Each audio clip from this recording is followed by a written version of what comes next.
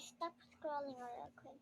I have something to tell you, so let me just show the background. Guys, my friend Lara from the Philippines and I'm from the Philippines, so I'm just gonna speak Tagalog for a little while. For a while. Hey guys, i-subscribe niyo po si Lara kasi meron lang siyang 60 subscribers. Kasi nakita ko sa isang video niya, gusto niya ma-reach ng 20 subscribers. Pero kapag sumobra naman po yun, magiging masaya siya. Kasi minsan tinatawagan ko siya. So kapag na-type niya na yung pangalan niya, tingnan niyo yung mga videos niya. So, magaganda yung mga videos niya.